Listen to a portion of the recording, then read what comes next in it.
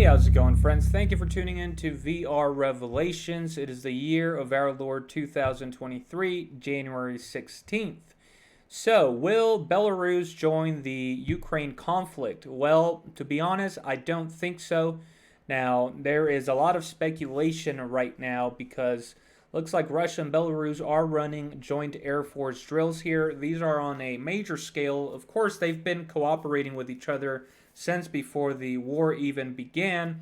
Um, but I don't think that at this point Russia actually needs Belarus to join the conflict with their military.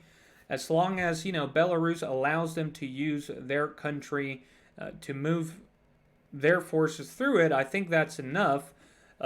We've obviously been seeing success after success on the battlefield for the Russian military.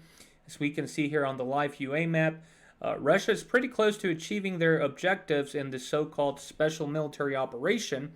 As I've been covering, they just achieved victory in the city of Soledar, right around down here. And it looks like they're about to take over Bakhmut. The Washington Post just came out with an article saying that Ukrainian forces might possibly retreat from Bakhmut and pretty much just leave it open for the taking of the Russians, since they have to conserve their forces, and they're trying to downplay now the significance of Bakhmut. And so after that, all that Russia would have to do, according to their military objectives, would be to take Kramatorsk and Slavyansk. Obviously, they don't need Belarus for that. We know that Belarus is right up here on the map. But there are rumors of a large offensive, right?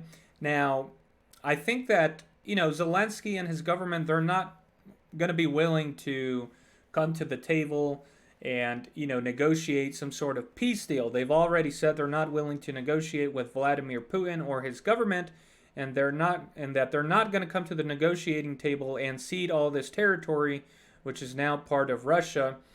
And so it looks like a peace deal right now is out of the question. So, what do you do when your enemy doesn't want to negotiate for a peace deal? Well, you have to topple the government, right? You have to aim for the head.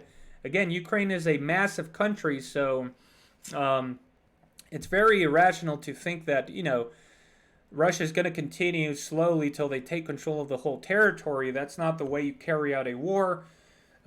If you look throughout history, even when the Nazis attacked Russia, what was their objective? The capital, right? You always want to aim at the head. If you can topple the government, then you can take control of the country. Now, we saw that Russia attacked the capital at the beginning of the conflict last year in February, I believe, but it was a very disorganized offensive. It was very awkward. We saw video of small Russian units entering Kyiv, paratroopers landing in the city. Again, they entered into the city, but it wasn't clear what exactly their strategy was. A lot of people said that it was a diversion, a distraction, so that the Russians could then launch their operations here on the eastern part of Ukraine. Others say, and mostly Western news sources, that it was a miscalculation on the Russian part and an operational blunder. But I think the situation is a lot different now. Of course, Ukraine is in a worse state than they were at the beginning of the war. Now, you can argue that, but that is the reality. Of course, you can't say that Ukraine is winning when they are literally, drawing back because Russia continues to advance in the eastern part of Ukraine, and Russia is about to achieve their military objectives in this special operation. So the next thing would be to try and topple Zelensky and his government. Now, the populace might do that itself, seeing how terribly this war effort has been run. Now, again, I think the thing is that the Ukrainian government is, still hoping and dreaming about the Americans and NATO coming in to save the day, but I think it's pretty obvious that they are not willing to get involved directly in the conflict. So do I think Belarus will join here soon? No. Now, they're trying to make it seem like Putin is trying to convince Lukashenko here to join the war effort, but at this point, I think Lukashenko might be begging Putin to join in order to share the spoils of war. So you never know. But anyways, let's jump right into it here. I have this article from Newsweek, who's pro-Western, pro-Ukrainian, and they're reporting on this worry that Ukraine has about Belarus. So let's take a read here. Russia and Belarus began joint Air Force exercises on Monday amid concerns that Minsk may start participating in the conflict in Ukraine directly. As Kyiv's intelligence said, Russia is planning a renewed war push in 2023. Again, these are the rumors that Russia is looking to launch a major offensive. They're not saying where, but I'm suspecting that it's going to be at the capital once again to try and deal a death blow to Zelensky's government, and this could possibly be in February. But I think first they're going to try to achieve a clear victory there in Bakhmut. Then we might see this large offensive take place. Could coincide with their final attack on Kramatorsk there in those last two cities. And they could also launch a major attack on the capital there to try to achieve both objectives at the same time. That's just a personal analysis. The two countries are conducting joint Air Force drills from January 16th to February 1st. The Belarusian Defense Ministry said there are growing fears Russian President Vladimir Putin could lobby his Belarusian counterpart Alexander Lukashenko to join the conflict. Again, at this point, I think Lukashenko might be the one lobbying to join, seeing the recent victories that Russia is having. Belarus said it would activate all of its Air Force bases, Air Force training grounds, and air defense forces for the drills. With joint air patrols planned along the Belarusian border, Belarus borders Russia and Ukraine, of course we know that. Although Minsk has maintained that the drills are purely defensive and that it seeks, quote, to increase interoperability in the joint performance of combat training tasks, end quote.